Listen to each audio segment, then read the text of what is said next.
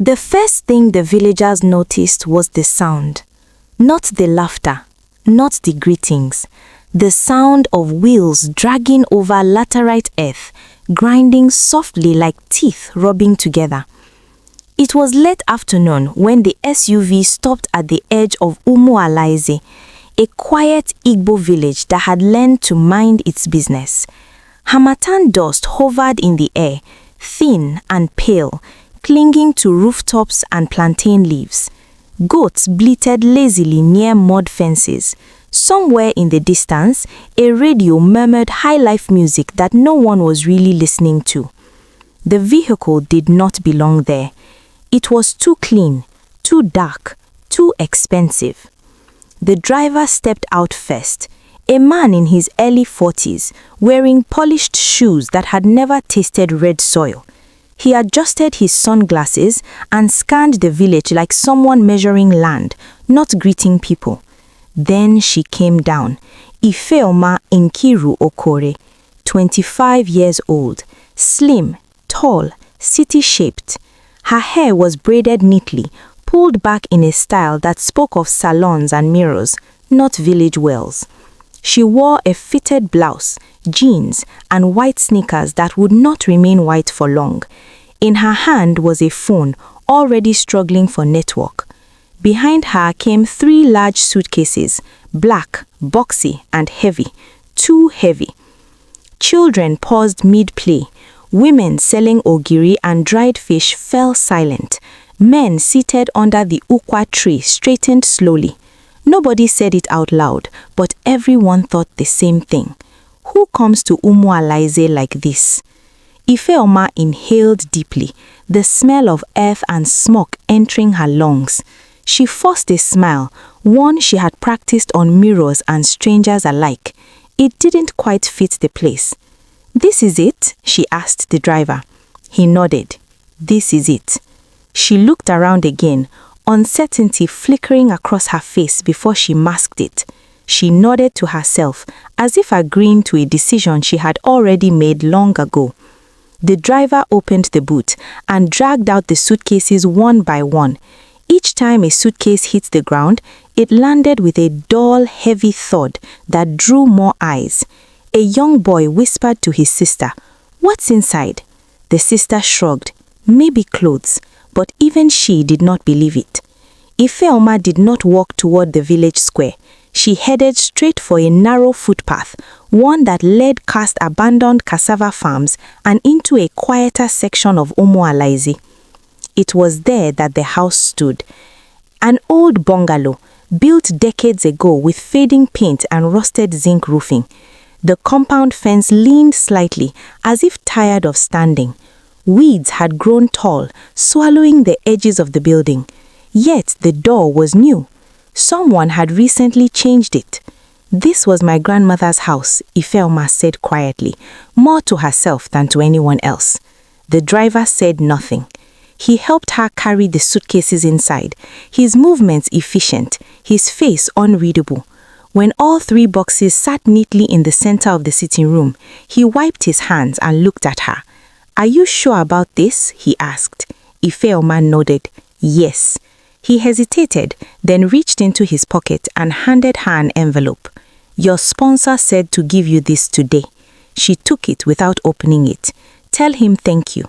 The driver lingered for a moment, then turned and left. The sound of the SUV faded, swallowed by trees and distance. Just like that, she was alone. It didn't take long. Within minutes, the village began to breathe again. Whispering resumed, spreading like fire in dry grass. "Who is she? She looks like all these city girls. Did you see the bags? Why would someone come back here now?" From her doorway, Ifeoma felt the weight of invisible eyes. She could sense the stares, the curiosity, the unspoken questions pressing against the walls. She closed the door. Inside, the house smelled old. Dust, wood, memories left behind. Cobwebs hung in corners like forgotten thoughts. A single window let in fading sunlight, casting long shadows across the floor. She dropped her bag and sat on one of the suitcases, suddenly exhausted. This was not how she had imagined it. She had told herself she would feel relief, peace, freedom. Instead, her chest felt tight. She reached for the envelope and opened it.